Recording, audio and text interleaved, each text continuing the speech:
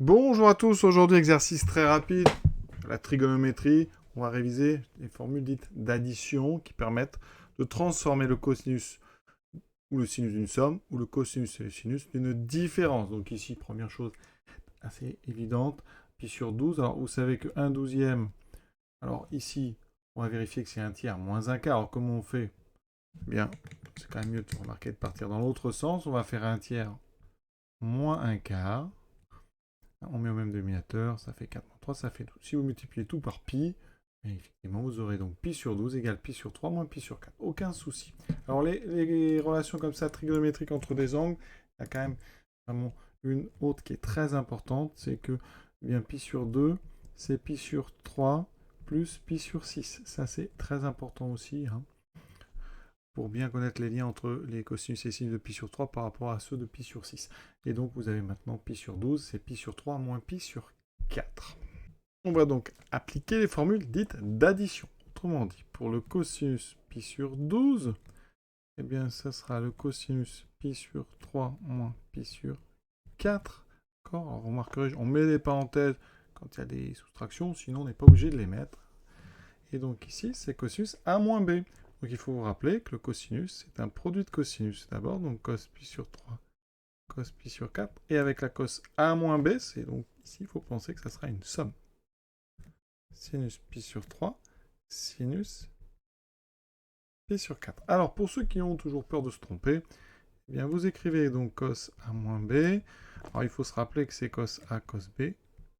Et sin a sin b. Pour le signe, si vous avez un petit doute, moi je vous conseille, vous prenez a égale b égale pi sur 2. Ça veut dire que cos a moins b vaudra cos 0 vaudra 1. Cos a cos b vaudront 0, parce que cos pi sur 2 ça vaut 0. Sinus a sinus b vaudront 1. Donc vous aurez ceci, donc le symbole entre deux, c'est forcément 1 plus. Ça c'est vraiment si vous avez un petit doute sur le moins. Pour le sinus pi sur 12, c'est pareil, une formule donc dite d'addition, en fait une soustraction.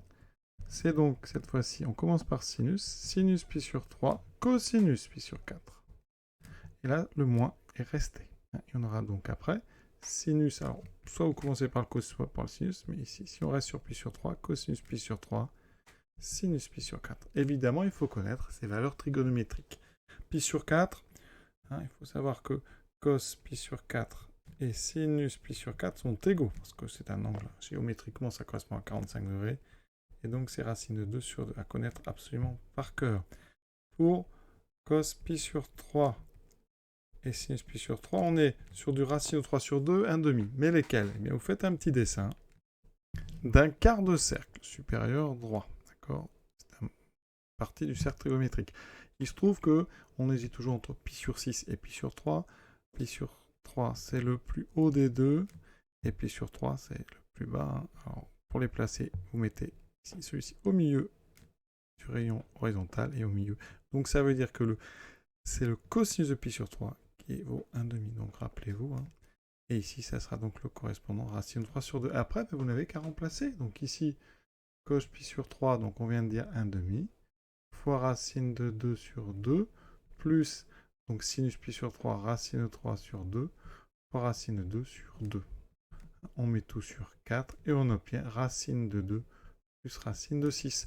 Pour l'autre, on aura donc sinus pi sur 3, racine de 3 sur 2, fois racine de 2 sur 2, moins 1 demi, fois racine de 2 sur 2, égale racine de 6, moins racine de 2 sur 2, sur 4. Pardon. Et vous voyez bien qu'on obtient ici deux nombres positifs, c'est normal. Pi sur 12, c'est un...